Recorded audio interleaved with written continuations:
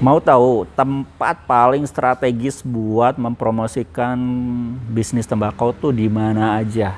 Nah, tonton terus video saya, Aldo Bako. Assalamualaikum warahmatullahi wabarakatuh. Bertemu lagi dengan saya, Aldo Bako, dan di sesi kali ini kita bakal bahas segmen yang menarik lah kalau menurut saya tuh. Jadi ini segmen itu sebenarnya banyak ditanyain juga sama calon customer, sama teman-teman yang masuk via kolom komentar YouTube atau misalkan yang via WA langsung ya. Jadi gini, jadi tempat paling strategis untuk memasarkan promosi atau mempromosikan produk tingwe atau tembakau itu, bisnis tembakau itu di mana aja. Nah, kita bakal bedah satu-satu ya.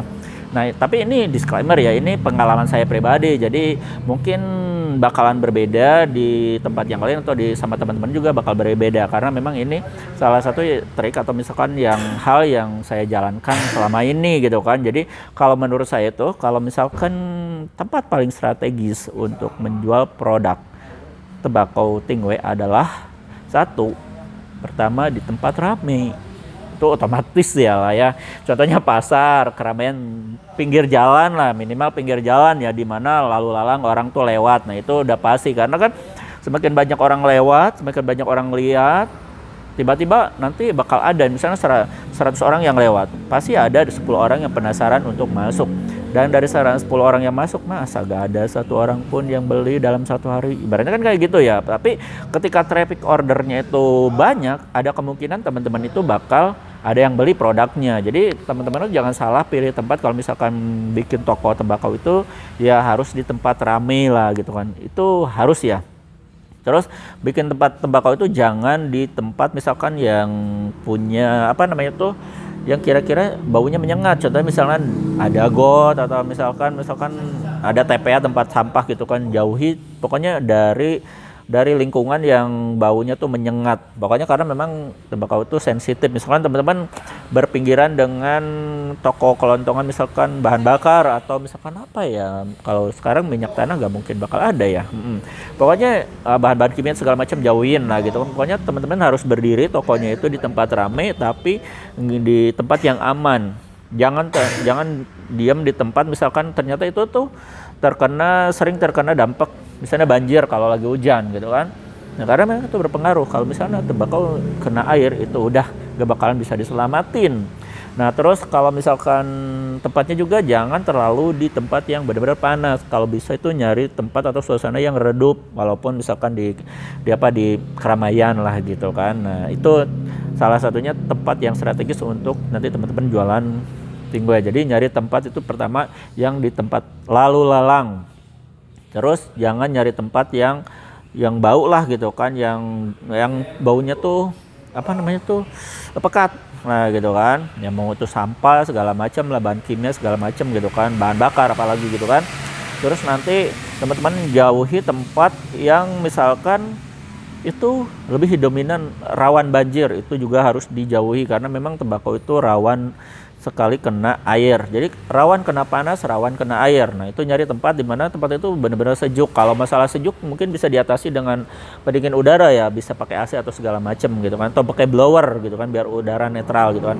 Tapi kalau misalkan udah rentan banjir itu kita gak bisa diapa-apain, harus pindah, harus nyari tempat yang lain nah gitu kan. Tempat strategis buat jual tingwe di mana? Daerah perkebunan.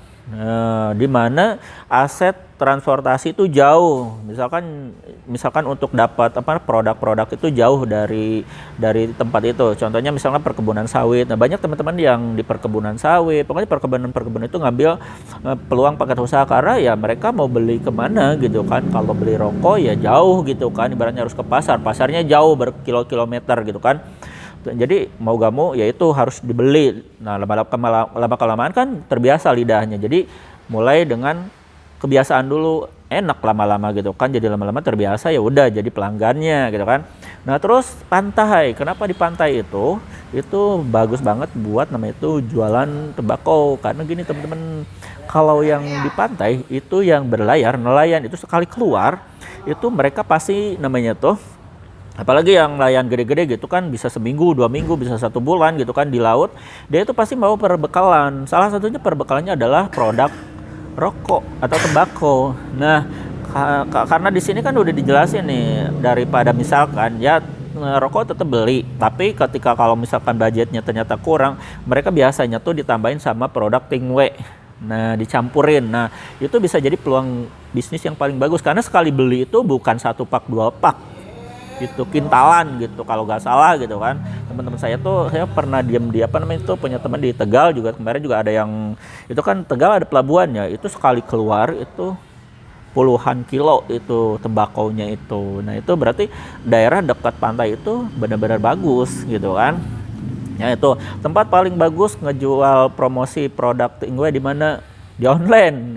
Terakhir di online. Ya, di online. Onlinenya di mana ya terserah teman-teman mau promosikannya di mana. Kalau saya pribadi di YouTube ya, di YouTube, dan ini udah terbukti selama 2 tahun. Saya ini mau 2 tahun ya. Saya promosinya lebih fokus di YouTube. Nah, teman-teman mungkin kalau misalnya lebih nyaman di TikTok, di FB atau Facebook, atau misalkan di Instagram atau di platform yang mana terserah, bebas. Tapi teman-teman minimal kuasai dulu marketnya, kuasai dulu triknya bagaimana cara maksudnya promosi yang bagus untuk bermain di media sosial itu. Termasuk misalkan kalau di Facebook tuh caranya gimana biar bisa ngasilin traffic order yang bagus, terus bisa closing yang banyak gitu kan. Di YouTube juga saya pelajari, ternyata memang saya lebih enak gitu kalau menurut saya di YouTube gitu kan, lebih dikuasainya di YouTube. Nah, itu di online itu kenapa? Karena jangkauannya luas gitu, jadi jangkauannya bayangin seluruh apa namanya itu, masyarakat Indonesia itu bisa nonton semua, seluruh pulau Jawa, dari Sumatera, Sulawesi, Kalimantan, itu Papua gitu kan, Irian Jaya, semua tuh bisa nonton YouTube. Karena memang akses internet itu sekarang itu udah gampang, murah, gampang. Jadi semua orang tuh pasti namanya itu nggak ada namanya itu orang nggak pegang handphone gitu kan. Pasti pegang handphone semua. Pasti pegang handphonenya minimal Android gitu kan. Gitu. Pasti mereka bisa ngakses namanya itu YouTube atau misalnya platform yang lain atau media sosial yang lain. Itu lebih gampang. 1 gampang, 2 gak capek gitu kan. Tinggal promosiin seperti ini, kita publikasikan. Yang penting kita tahu trik marketingnya. Nah, trik marketingnya sudah saya jelasin satu persatu ya. Para supernya udah saya jelasin. Ada yang trik marketing tuh fase 1.0, 2.0, 3.0, 4.0 itu bisa dipakai juga trik marketing seperti itu. Ya, teman-teman bisa dipelajari dari channel yang lain, nah gitu kan. Jadi kalau menurut saya ini bisnis paling enak itu ditaruhnya di mana promosinya? Di online. Karena online itu gak bakalan tergerus zaman. Teman-teman tahu kan? TikTok versus Tanah Abang. Itu contohnya.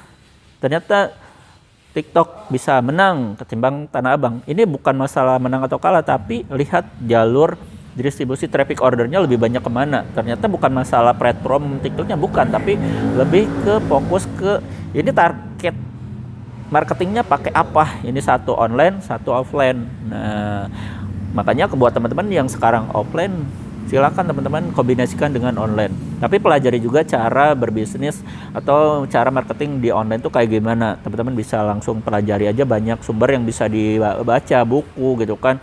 Di YouTube juga banyak informasi yang berseliweran lah, di Google juga banyak. Tinggal maunya aja teman-teman, mau nggak belajar gitu. Kalau teman-teman mau belajar, apapun pasti bisa. Karena saya juga sama bisa. Semua awalnya pasti gak bisa. Saya juga awalnya gak tahu, gak bisa, pemula gitu kan. Gak bisa langsung sampai sekarang, gak bisa. Jadi ada prosesnya. Yang penting teman-teman mau menjalani prosesnya dan gak protes gitu kan. Jangan banyak protes kalau lagi namanya itu menjalani proses. Karena semua on progress gitu kan. Gitu ya teman-teman. Gitu ya teman-teman. Kecepatan gitu ya teman-teman. Hal yang bagusnya silakan ambil, yang kurangnya dari saya itu mungkin kekurangan dari saya. Saya Aldo Bako undur diri. Wassalamualaikum warahmatullahi wabarakatuh.